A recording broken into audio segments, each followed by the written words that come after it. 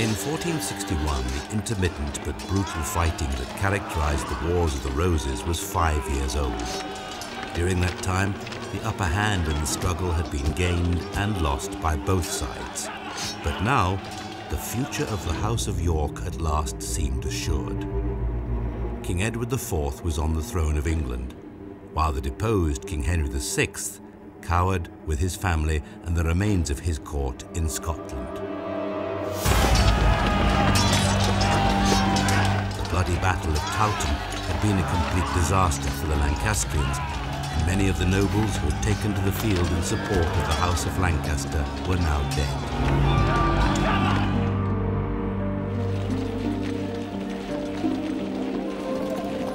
It seemed as if King Edward and the Yorkists had won the war. Now it appeared that they must busy themselves winning the peace. It was time for one of the most important and charismatic figures of the 15th century to emerge from the complex merry-go-round of Richards, Edwards and Henrys. He was the king's cousin, Richard Neville, the Earl of Warwick, a man who would be remembered by history as Warwick the Kingmaker.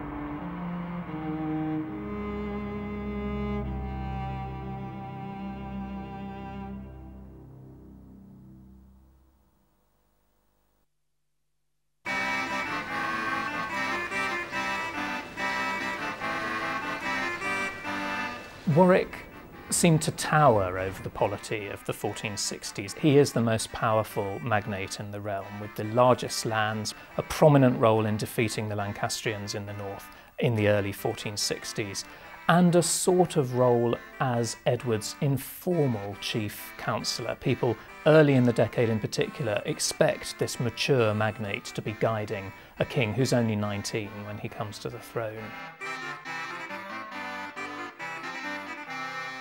Surviving contemporary portraits depict Edward IV in his middle years, and his likeness is perhaps not a flattering one. The king, however, was considered very attractive in his youth, and he cut a very different figure to the weak Lancastrian king, Henry VI. Edward was very much made from the same mould as his father, Richard, Duke of York, while Henry VI had been a pale imitation of his own father, the soldierly Henry V. The difference between the two men was striking. If the English had been asked to create a king from scratch in 1461, it's likely that their creation would have looked very like the young Edward IV. He was tall, about 6'3", impossibly handsome, well-educated, intelligent, and best of all, he was a magnificent soldier. His record was simply battles fought, 3, battles won, 3. So he was greeted with delight and acclaim in London. But amongst the nobility, the mood was more subdued. On the one hand, there are many reasons to cooperate with the new king, who is effective and promising. On the other hand, there are some constituencies who are simply not going to want to get on with Edward. There are a number of old Lancastrians who have, in a sense, lost everything, and whose only chance of regaining it is by siding with the Lancastrian heir. Although the Lancastrians had received a severe setback, pockets of support remained throughout the country. After all, despite his obvious failings, Henry VI had reigned as king for nearly 40 years, and he still commanded some degree of loyalty. Lancastrian support was concentrated mainly in the north of England. It also enjoyed the backing of the Scottish court, which still provided refuge for Henry and his family. The Lancastrians had the support of the Northumberland gentry, and In the wake of the defeat at Towton, two surviving Lancastrian leaders, the Duke of Exeter and Jasper Tudor, set out for Wales to raise an army against Edward there. Sadly for them, their attempted uprising in October 1461 was quickly put down, and their troops were scattered. No doubt chastened, Exeter and Jasper were forced to flee back to the protection of the Scots. Plans for another Lancastrian rebellion, this time headed by the Earl of Oxford, were hatched during the following spring, but it never got off the ground. Edward discovered the plot, and he had Oxford, its chief architect, and his son, Sir Aubrey, executed for treason.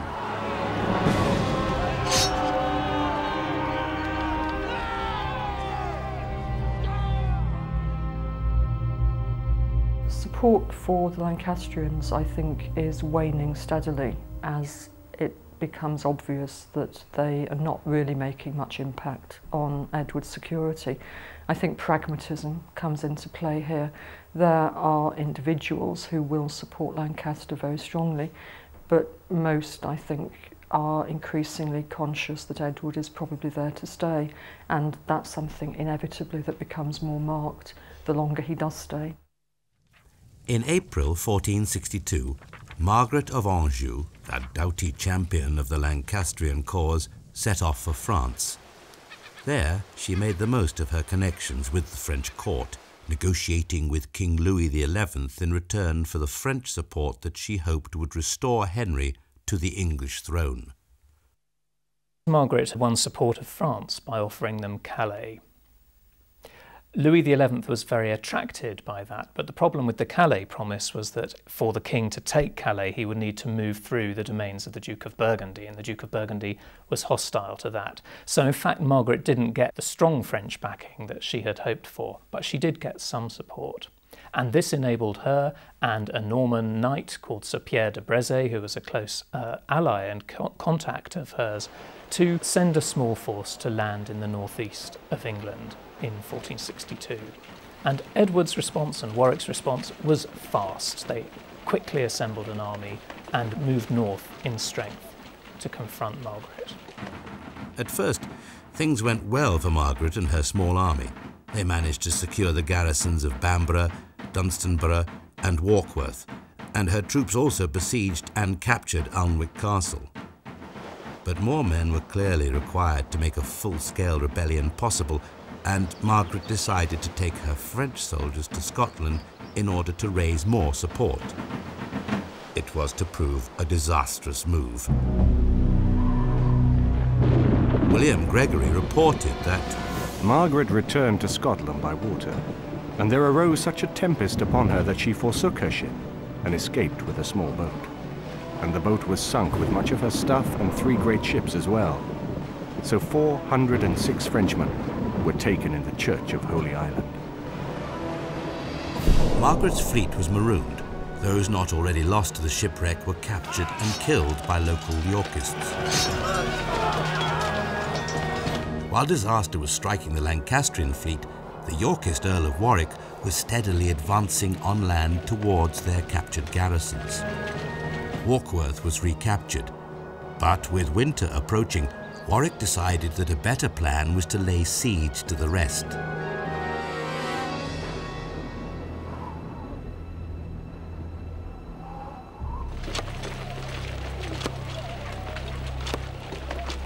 The provisions of the remaining garrisons ran out over the course of a bitter winter, until the men within their walls were so hungry they had to kill and eat their own horses. Over Christmas, Dunstanburgh and Bamborough surrendered, although the Lancastrians inside were given free pardons and safe conduct by the king. Sir Harry Beaufort, the Duke of Somerset, had been among the Lancastrian supporters taken at the captured castle of Dunstanburgh. After receiving his pardon with the rest, the Duke travelled to Durham for an audience with Edward IV. There, in a remarkable turnaround, the die-hard Lancastrian swore his allegiance to the Yorkist king. Given Somerset's history, and that their fathers had been the bitterest of rivals, Edward treated the defector with great leniency, even reversing the attainder that had previously been placed upon his titles and estates. To the utter astonishment of Edward's supporters, the turncoat duke somehow rapidly gained Edward's trust, and it was not long before he had become one of the king's closest advisors. Somerset was even made captain of the royal bodyguard, a position that meant he was constantly at the king's side. Somerset's appointment might have been a clear demonstration of faith on Edward's part, but for many Yorkists, it also showed a dangerous lack of judgment. Edward's decision to trust Somerset seems to me absolutely typical of Edward's political wisdom, really, in the 1460s. This is a king who knows that if he is to reunite the polity, he must be open-handed and generous. He must give people second chances.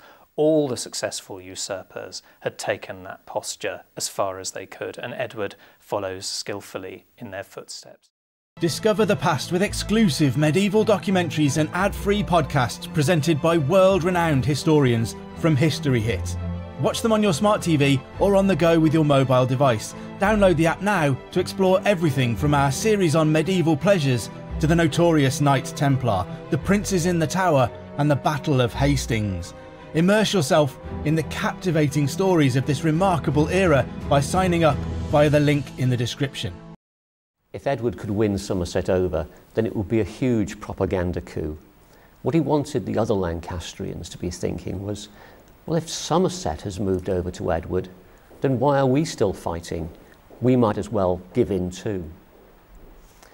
But at the same time, Edward's ego was probably at work.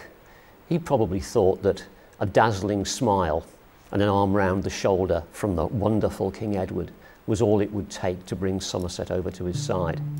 He was going to be grievously disappointed. Despite gaining the trust of the king, hostility towards the Duke of Somerset remained strong among Yorkists. At Northampton, for example, the people of the town seized Somerset during a visit with the king and attempted to lynch him as the astonished monarch looked on.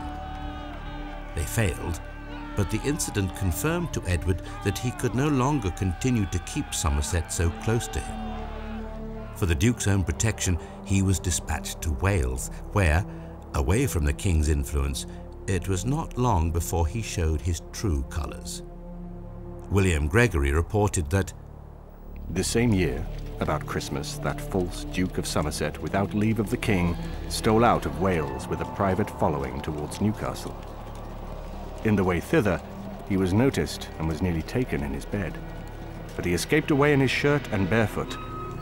And when his men knew that he had escaped, and his false treason was discovered, his men stole from Newcastle as very false traitors, and some of them were taken and lost their heads for their labour. And then the king had knowledge of the false disposition of this false Duke Harry of Somerset."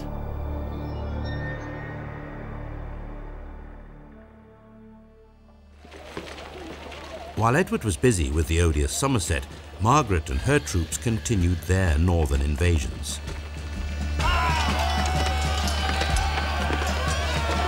Despite Warwick's successes against them during the previous winter, the Lancastrians were still strong enough to lay siege to the northern garrisons during 1463. In July, Henry, Margaret, and their Scots troops also besieged Norham Castle, but they were repelled and pursued by Warwick and his brother, Lord Montague. Disturbed by the exiled Queen's persistence, Edward sought to deprive her of her most dangerous supporter. And so, in October 1463, the English king made peace with France. It was a huge personal blow for Margaret, and she returned to Scotland only to discover that here too Edward had outmaneuvered her. During the Queen's absence, he had also made a truce with the King of Scots. Over the winter of 1463, Henry, isolated and with his cause seemingly hopeless, established himself in the small stronghold of Bamborough Castle. But on the 15th of May, 1464, Edward's forces finally met and defeated Henry's army at the Battle of Hexham. It was there that Edward also caught up with the renegade Duke of Somerset. This time, there was no forgiveness or leniency from the young king. The king had Somerset and his followers beheaded the very same day. I think Hexham is damaging to the Lancastrian cause. It's not literally the last straw, but a number of Lancastrian leaders die as a result of the battle. And given that the longer Edward can stay in power, the more he will be accepted, any victory is going to contribute to that. After the Battle of Hexham, Bamborough Castle also fell, and Henry VI cut a sorry figure as he wandered helplessly around the countryside trying to avoid capture by his enemies. Edward IV's attention now turned to perhaps more pleasant, but certainly no less important matters. He was, without doubt, the most eligible bachelor in Europe, and the people of England were keen that he should produce heirs to the throne that would put an end to the prospect of any future fighting over the succession. The main talk after Hexham was therefore about marriage. Who was to be the future Queen of England? Edward's marriage plans were to cause a furious disagreement with the Earl of Warwick, who sought to arrange a match with a French princess. King Edward, who already had illegitimate children, was determined to make his own choice. To Warwick's utter fury, on the 1st of May 1464, he secretly married the widow of Sir John Grey, the beautiful Elizabeth Woodville. Sir John Grey had died fighting at St Albans in 1461 on the side of the Lancastrians. We can explain Edward's marriage in one short word: lust. He'd had numerous mistresses, but Elizabeth Woodville appears to have avoided adding herself to that list. And so the story goes, even after Edward had exhausted his apparently endless list of seduction techniques, she still turned him down. Even when he put a dagger to her throat, Edward knew this was a political mistake. Why else would he have kept the story of his marriage secret and really only revealed it when he was absolutely forced to do so? It's easy to quip that Edward didn't marry dynastically because he let his heart or his desires rule his head. But the truth was probably that he was beginning to resent Warwick, that the continued tutelage by his mentor was irritating him. He wanted to be his own man. He wanted to make his own decisions, and his marriage was one of those decisions. Edward's choice of bride was deeply unpopular. His own mother, the Duchess of York, was so outraged that she claimed the Earl of Shrewsbury's daughter Elizabeth Lucy, who was pregnant by the king, was already married to Edward, a claim that was easily disproved. Accusations of witchcraft were even levelled at Elizabeth Woodville and her mother. Most ominously, though, the Earl of Warwick was beside himself with anger at the king's snub to his own plans, and this would have drastic long-term consequences. By favouring his new in-laws, the Woodvilles, King Edward had succeeded in alienating possibly the most powerful man in the country. Warwick was soul-searingly angry. He really had been made to look a fool in front of the French. There he was, negotiating for Edward's marriage, when behind his back, Edward was already married to Elizabeth Woodville. However, not everyone was outraged. Within a very short time, Elizabeth Woodville's numerous brothers and sisters were being married off into noble families. The marriage which really upset the noble sensibilities was that of John Woodville. He was about 20 years old at the time when he married Catherine Neville, the Dowager Duchess of Norfolk, and it's estimated she was about 65 at the time of the marriage. It was known as the diabolical marriage. Edward's new father-in-law, Lord Rivers, was not slow to use his recently acquired influence. Soon, the Woodville family was perhaps the most powerful and influential in the country. In a further snub to the Earl of Warwick, 2 Woodvilles were married off to his fierce rivals from the Herbert family. The Earl of Warwick had no sons, and he was the father of 2 as yet unmarried daughters who would be his heiresses.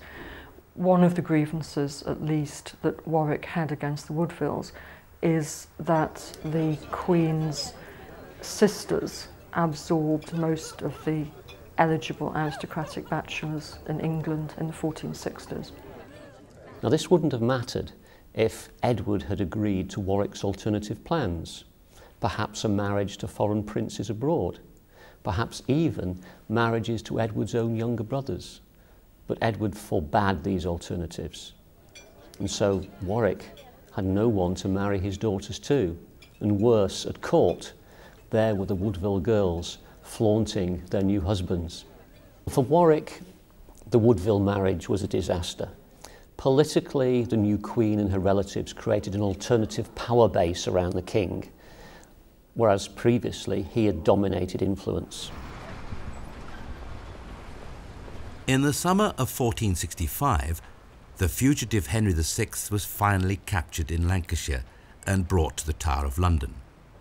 Meanwhile, Margaret, her son the Lancastrian Prince of Wales, the Duke of Exeter and the new Duke of Somerset were now living in exile in France, waiting for an opportunity to rekindle Lancastrian support.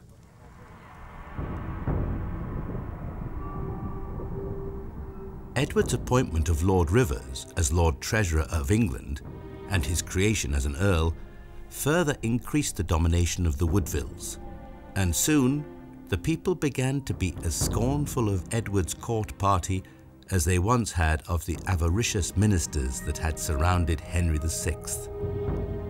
As the tensions between Warwick and the Woodvilles worsened, an uneasy atmosphere of mistrust began to dominate the court. Although the Lancastrian threat seemed far off, a few speculative individuals began to take an interest in the old cause by sending Queen Margaret messages of support. By May 1467, Edward had become distinctly tired of the Neville family, and he decided to act. Warwick's brother was dismissed from his position as Lord Chancellor. The rift widened further the following year when, at the height of Warwick's careful negotiations for peace with France, Edward married off his sister Margaret of York to the Duke of Burgundy. The marriage was disastrous for Warwick's ambassadorial plans, as it allied England to France's closest enemy. For Warwick, it was the final straw. His patience with the king was at an end.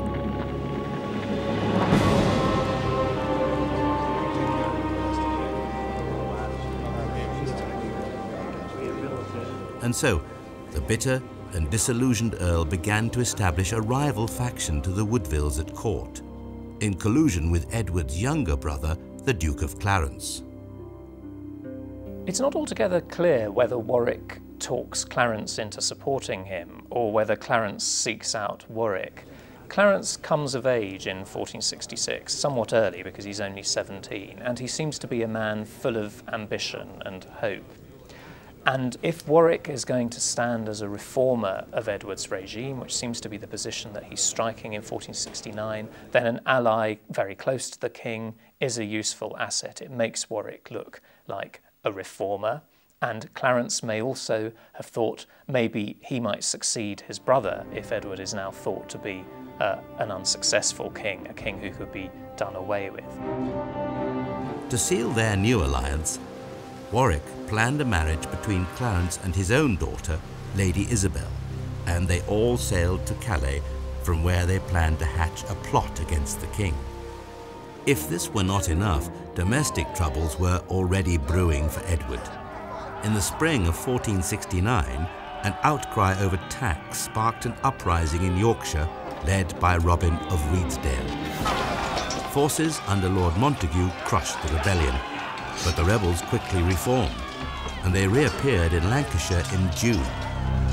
By now, Redesdale and his supporters numbered several thousand men, and stirring memories of Jack Cade's anti-Lancastrian rebellion of 1450, a manifesto was issued that condemned Edward's court and demanded an end to the influence of the Woodvilles.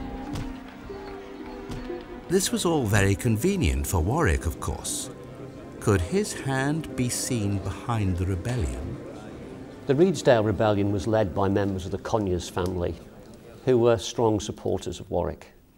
Warwick was very much behind this attempt to unseat Edward. They blamed the king's evil counsellors yet again, but the target was Edward. Edward, at this stage, was far from the dynamic, active figure that had taken the throne. He was lazy, slow to react, and he paid for it. In July, the Duke of Clarence went ahead and married Warwick's daughter, Isabel Neville. The marriage, expressly forbidden by Edward, was an open act of defiance, and the rival court party, now firmly established in Calais, set about raising men to invade England and overthrow the king. It came on the 16th of July, 1469, when the Earl of Warwick landed with his army on the Kent coast. King Edward received the news of Warwick's rebellion while he was at Nottingham. But although he must have been aware that the Earl was marching on London, he chose to await reinforcements before making his move. The king soon found himself in a very awkward position. Robin of Redesdale and his men were pressing down from the north, trapping the king between the two advancing forces. Meanwhile, Lancastrian rebels in Oxfordshire intercepted Edward's Welsh army, headed by William Herbert, at Edgecote. They had been marching to fight at the king's side, but now Herbert's men were brought to battle and routed. On Warwick's expressed orders, Herbert himself, the Queen's father Earl Rivers, and the Queen's brother, Sir John Woodville, were all captured and beheaded. Warwick had taken his first revenge. The executions after Edgecote happened for two reasons. First of all, Warwick has argued that these men around the king are traitors, therefore they deserve to die. And really these battlefield or post-battlefield executions, though slightly more savage than usual, do fall into a kind of pattern familiar from earlier battles in the Wars of the Roses. The second reason is that these are men who are never going to forgive Warwick and never going to work with him in the future.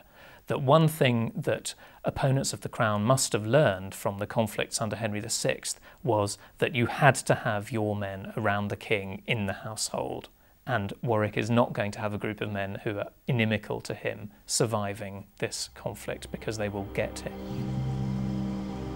On hearing the news of the defeat at Edgecote, Edward's men began to desert in droves, and for the first time in his life, military defeat was staring the king full in the face.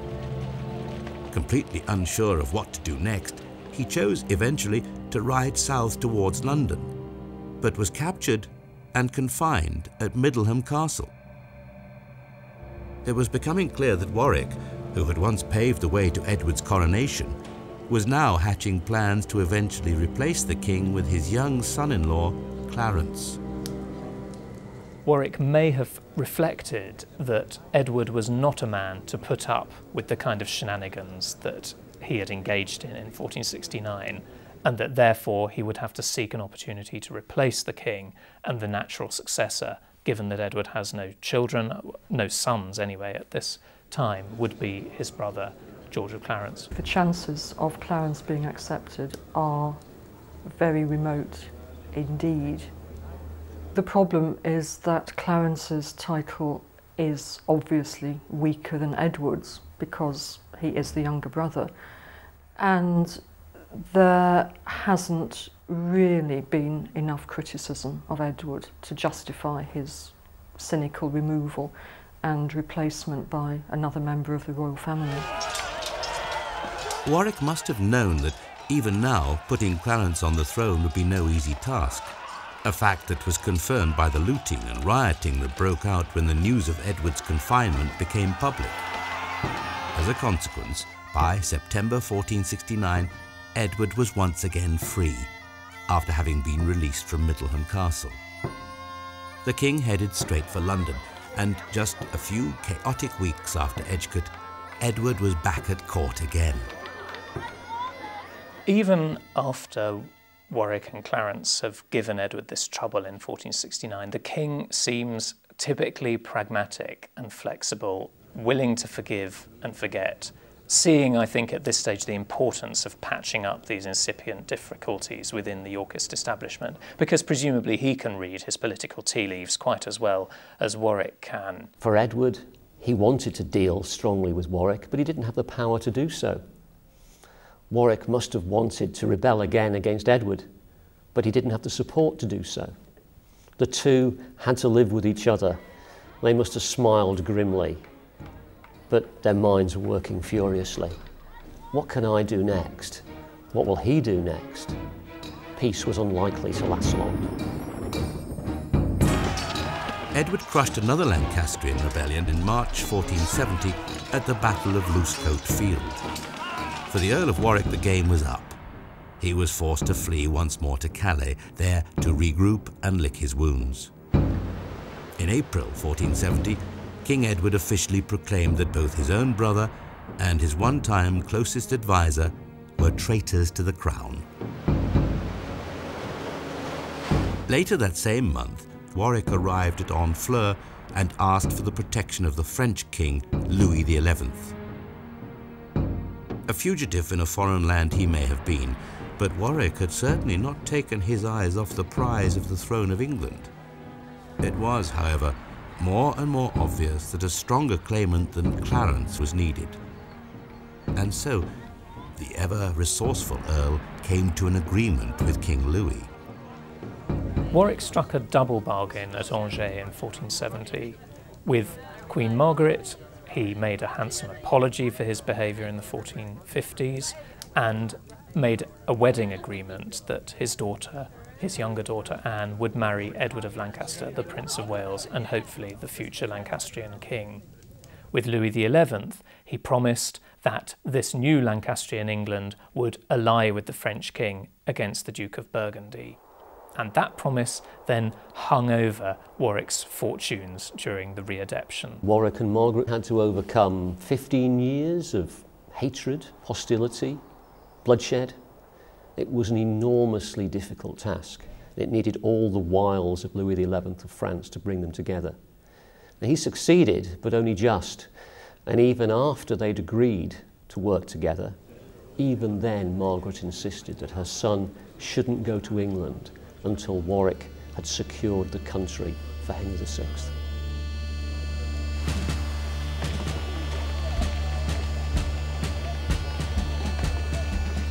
In September 1470, Warwick and Clarence landed with troops in Devon, where they joined the army of Lord Oxford and Jasper Tudor. Meanwhile, in the north, Warwick's brother, Lord Montague, who had also switched sides, marched at the head of an army towards Doncaster, where King Edward was busy gathering support.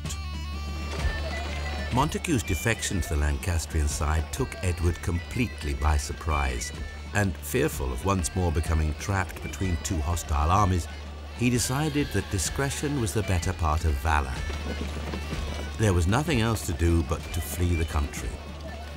Riding hard into East Anglia, the king boarded a ship bound for the Low Countries, arriving in The Hague in early October 1471, but leaving behind a kingdom at the mercy of his enemies. At virtually the same time, Warwick arrived with his supporters in London and released Henry VI from the Tower. It was now that Warwick really earned the epithet by which he is remembered. The Kingmaker immediately restored the Lancastrian Henry to the throne of England. It's hard to imagine the country welcoming Henry VI back as king. He's in a very dilapidated state by this stage, and we have a famous chronicle account of him tied onto a horse being paraded around London with what's described unflatteringly as an old blue gown on. And actually the Burgundian chronicler Chastelain talks of the king as looking like a stuffed woolsack lifted by its ears at this stage. If we can imagine the scene, there was Henry in an old blue gown. He had to be taken by the hand by the Archbishop of York effectively pulled around London.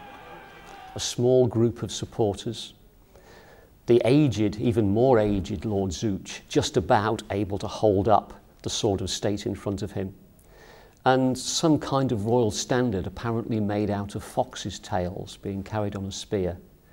The whole sight was pathetic, and as the chronicler said, they simply didn't win support. Henry must have been bewildered to learn the identity of the men who had secured his freedom and restored him to the throne. The old king's return did not provide an end to the story, of course, quite the opposite.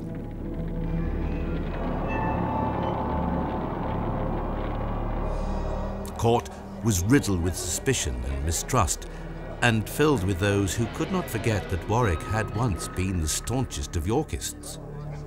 These were the fathers, brothers and uncles of many that had been killed during bloody battles with Warwick's armies, and no amount of expedient political alliances would erase their hatred and bitterness. The Dukes of Somerset and Exeter were particularly hostile to the man who had styled himself the King's Lieutenant. So, Warwick's position was far from secure and his future uncertain. But did he realize that perhaps his greatest threat now came from within? Now there was a rather uneasy balance between the dynastic interests of George, Duke of Clarence, and the interests of the House of Lancaster, which were of course against the Yorkist claim. So Clarence was rather a square peg in a round hole as far as the readeption is concerned. His future would look pretty precarious, even to an idiot like Clarence actually, so he's not a very reliable ally for Warwick. At the same time, the emergence of Edward of Lancaster is also likely to mean that Warwick's period of influence over the management of the readeption regime is going to come to an end. And the Earl of Warwick looks forward to a rather uncertain future and possibly trumped up charges of treason. Treason which of course he had committed against the House of Lancaster.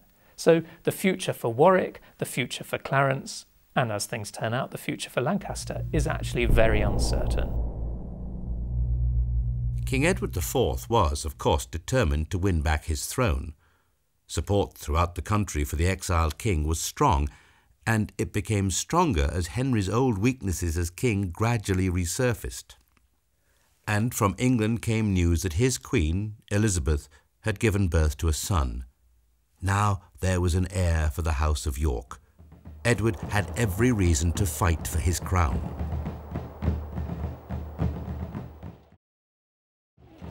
Edward gathered together an army at Flushing in March 1471. It was perhaps only 2,000 strong, not exactly a mighty force with which to fight the battles that would restore Edward to the throne. After a severe battering by the elements, Edward eventually landed at Ravenspur on the River Humber in the north of England on the 14th of March.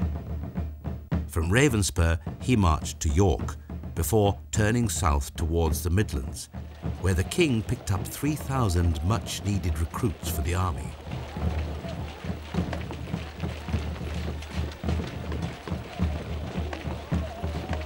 The Earl of Warwick had not been idle, however. He too was in the Midlands at Coventry, and it was here that Edward planned to bring the Earl to battle. But Warwick, despite having a larger army than Edward, would not be lured from behind the walls of the town. It may have been that Warwick was waiting for more reinforcements. Forces under the command of Exeter, Oxford and Clarence were supposed to be on their way. Whatever the reason, even Warwick was probably unprepared for the next twist in the tale. The disaffected and embittered Clarence had decided to take his own revenge and switch sides. The king and his brother were dramatically reconciled, and perhaps even more importantly, Clarence's sudden conversion to the Yorkist cause also brought with it 4,000 more men for Edward's army. Deciding to run the risk of leaving Warwick's army intact at Coventry, Edward marched to London, arriving triumphantly in the city in early April 1471. He immediately seized the hapless Henry VI, although there was no violence involved, and lodged him in the Tower, supposedly for his own safety. Edward was reunited with Queen Elizabeth and his new son, the Prince of Wales. And once again, the Archbishop of Canterbury placed the crown upon his head. However, urgent news came to spoil this domestic bliss and concentrate the king's mind. Warwick and his army had at last left Coventry and had marched south as far as St. Albans. The time for a final reckoning between the king and the kingmaker was now at hand, and Edward marched his army, now some 10,000 strong, out to meet the Earl's forces. The two armies met at the Battle of Barnet, then a small town to the north of London.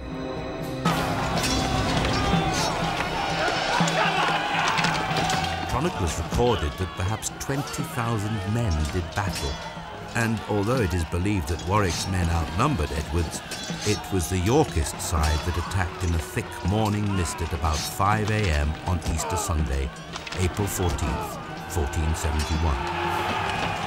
Flanked by troops under the command of Lord Hastings and Richard of Gloucester, Edward, who is said to have been mounted on a white horse, fought his way into the Lancastrian army under the command of Warwick, Montague, Oxford and Exeter. The battle was a confused melee of savage hand-to-hand fighting. The thick blanket of mist played a crucial part in the outcome. The weather conditions meant two things. One, that soldiers in one part of the battlefield didn't really know what was going on elsewhere. And secondly, that the two armies had not lined up opposite each other. So there was an area where Warwick's army was dominant and an area where Edward's army was dominant.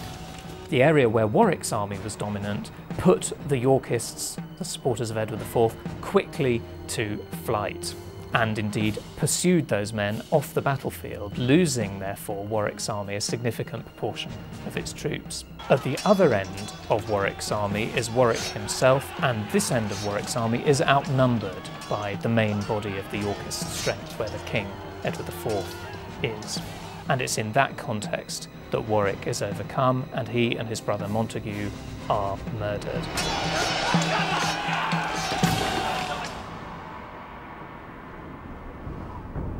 The triumphant king returned to London, where he had the banners of the defeated Lancastrian leaders displayed on the walls of St. Paul's. The mutilated bodies of the brothers Neville were also put on display in the cathedral as grisly proof that they had at last been killed, and there was little point in any Lancastrian sympathizer trying to start a rumour that they had escaped. Edward had little time to glory in his victory, for news came that on the very same day that Warwick's army had been crushed at Barnet, Margaret of Anjou and her son, the Prince of Wales, had landed at Weymouth. Margaret and Edward of Lancaster immediately begin to try and build support in the West Country, an area with quite a lot of Lancastrian leanings actually, and aided by the Beaufort Duke of Somerset and the Courtenay Earl of Devon, or pretender to the Earl of Devon, they are able to build up quite a lot of support in that area. Edward, meanwhile, flush from victory at Barnet, needs himself to gather a fresh army and wheels round through the Midlands, gathering it up. Eventually forces Margaret to a battlefield at Tewkesbury. She's trying to head up towards Wales, but Edward is able to get Gloucester to close its gates against her and force them therefore up the Severn to the ford at Tewkesbury, and that's where the confrontation takes place between two pretty substantial and well-supported armies. On the 4th of May, with the support of the commanders that had triumphed at Barnet only weeks before, Edward attacked the Lancastrian army and, despite the undoubted military skills of the Duke of Somerset, his troops were no match for Edward and his commanders.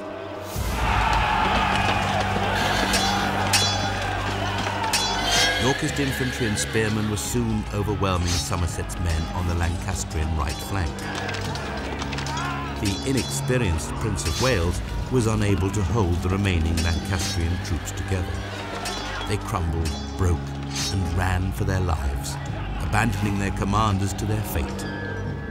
Towards the town of Tewkesbury they fled, but hundreds were caught and hacked to death. In an echo of the Battle of Towton 10 years earlier, the field where many met their end was later named Bloody Meadow. Although no one could be certain, it is thought that 2,000 Lancastrian troops died at Tewkesbury. The Lancastrian nobility was decimated, and perhaps worst of all, the Prince of Wales himself was among those butchered on the battlefield. We don't know exactly how young Prince Edward died. The story of him being captured, hauled before King Edward and slapped round the face with the royal gauntlet, then murdered in cold blood, well, that it doesn't appear in the contemporary sources. It's more likely that the young prince was killed in the battle or in flight, but even then, there's a fair chance that it was a cold-blooded murder. King Edward didn't want the young prince to leave the battlefield. With him dead, the Lancastrian cause was at an end. Following the Battle of Tewkesbury, the Duke of Somerset was dragged from the sanctuary of a local abbey and beheaded. It was a grim end to the House of Beaufort. The Duke's father had fallen at the war's first battle at St Albans, and his brother executed after the Battle of Hexham. Other surviving Lancastrian nobles met similar rough justice. The defeated Queen Margaret, doubtless broken-hearted by the death of her son, was captured at Little Malvern and brought before the king at Coventry. For the Queen, it was all over. With her son dead, only her weak and unstable husband remained as a symbol of the Lancastrian cause. Margaret was taken to London to begin an imprisonment that would last 4 years. The Battle of Tewkesbury was a watershed. It marked the end of the House of Lancaster. Shortly afterwards, in May 1471, came the news that confirmed the struggle for the crown was finally over. Henry VI was dead. As soon as Edward of Lancaster dies at Tewkesbury, in effect, that signs his father's death warrant. There's no longer any political or diplomatic reason to keep Henry VI alive. Edward spread the rumour that Henry had died of pure displeasure and melancholy in the Tower. The truth is that he was murdered. In practice, what this tells us that even now, Edward couldn't admit that he had had Henry murdered. He had to find another story. When Henry's coffin was opened centuries later, the skull had matted blood around the remaining hair. Henry VI was murdered, and that was the end of the House of Lancaster. Whatever the truth behind Henry's death, it was convenient, to say the least, for King Edward. Now both the old king and his son were dead, and the almost unthinkable prospect of a period of domestic peace was very real indeed. But one of the most controversial figures of British history was hovering in the wings, a man who would play the central part in the final cataclysm of the Wars of the Roses.